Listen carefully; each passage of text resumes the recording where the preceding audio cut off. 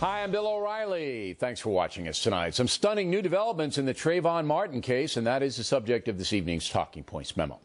ABC News is reporting and Fox News is confirming that a Florida doctor examined George Zimmerman hours after his confrontation with Travon Martin on February 26. You'll remember, Zimmerman shot the 17-year-old dead and has now been charged with second-degree murder.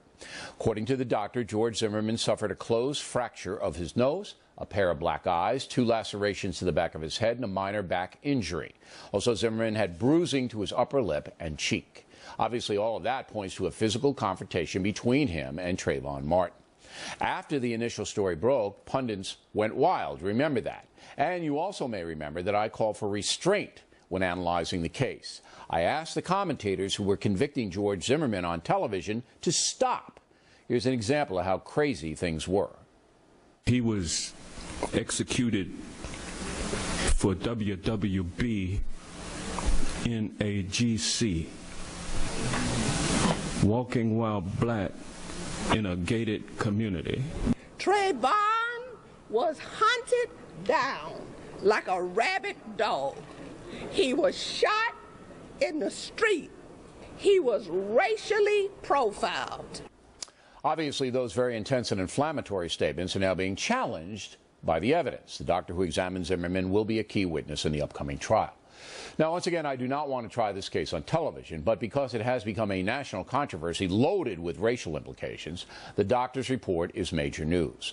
This latest exposition should prove to Americans once and for all, the case needs to be tried in front of a jury, and people need to stop jumping to conclusions and exploiting the death of an American teenager for their own purposes. That's right. Travon Martin was used by pundits and politicians to make political and social points. Very wrong. Mr. Zimmerman's out on bail. He's in hiding. His life has been threatened. His next court date, August 8th. But a full trial will most likely not begin until next year. And that's the memo. Now for the top story tonight, reaction joining us from Tallahassee, Florida, the attorney for Travon's family, Benjamin Crump. So, Counselor, what say you? First of all, Bill, let me say you were right. You said last time we were on the show that in America, if somebody kills an unarmed teenager, they will at least be arrested. And so I agree with you on that. I think this new doctor's report, it needs to be vetted properly.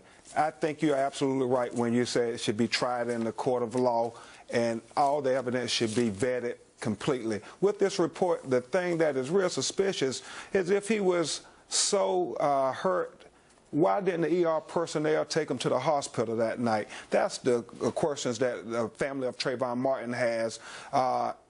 You know, when you think about it, he said that his head was beat into the pavement repeatedly for over a minute, and we saw that video 30 minutes later, Bill, and so it's objective evidence versus what somebody thinks or their opinion. We think the most reliable thing is objective evidence, what we see on that video, what we hear on those 911 tapes, and this report from his family doctor needs to be fully vetted, Mr. O'Reilly. I agree with you. I think the prosecutor has to cross-examine the doctor. We assume the doctor will take the stand, and then the prosecutor will have the full medical report. He can ask the questions that you raised. You know, why, if he was that bad, why didn't you send him to the hospital? And I understand the doctor did recommend that he go, and Mr. Zimmerman said, no, I don't want to. But all of that has to be adjudicated in a court of law, and it should be. But here's my point, and I think you may agree with this. You basically have new evidence now. This is new. That shows there was a confrontation. And the Florida station, who's also reporting aggressively on the case, says that the autopsy of Travon Martin shows that his knuckles, Travon's knuckles, were scraped. All right? So that there does seem to be evidence, strong evidence, of a confrontation between Zimmerman and Travon. So when you have that, it makes a murder 2 case very, very tough, unless there's an eyewitness. Now, there may be. Somebody may come forward, say, look, I saw what happened, and this, that, and the other thing. But if there is a physical confrontation, it makes it very, very tough to prove beyond a reasonable doubt that Travon, even though unarmed, was stalked and gunned down. And you say? Well, Mr. Rowley, my response to that, and we're going to talk about the report hopefully in a second, but you have to put everything in the full context. George Zimmerman, for whatever reason, made a decision to get out of his car on a rainy night and profile and pursue and confront Travon Martin. We have that 911 tape where there's no doubt about it. But remember, he was a neighborhood watch guy. He's watching. He sees somebody he deems suspicious. He, no doubt, calls 911 and goes toward Travon Martin. No doubt about it. But no, neighborhood watches, you're supposed to watch. And there are different versions of his account that hopefully are going to come out. But he said he was in fear of his life. Why do you get out of your car if you're in fear for your life? You could just drive away and wait for the police to come. I can't possibly know. And all of those are legitimate questions.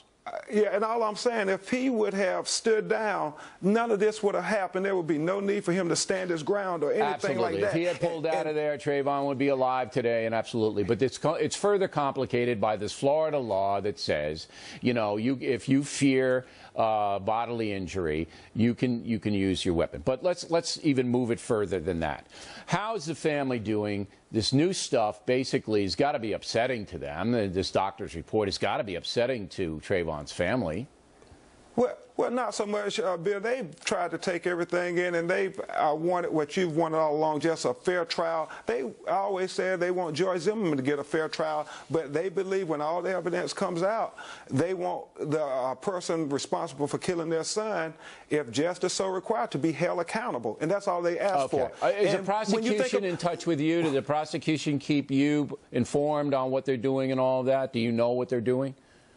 Yes, sir, Mr. Rod. They called the family and let them know important things. And I only want to say this here. Travon Martin was fighting for his life against a man with a 9mm gun who confronted him. And so he lost that fight for his life. And so all this leaked evidence and stuff need to be taken into full context. I agree. And then that's why this trial is necessary. But I think you agree with me, counsel. No more jumping to conclusions on either side. Let's let the justice system play out. That's the fair thing to do. And I agree, and we needed a lot of things happen to get to that arrest. We're here, so now we do want the justice system to play out. Okay. Counselor, your stand-up guy.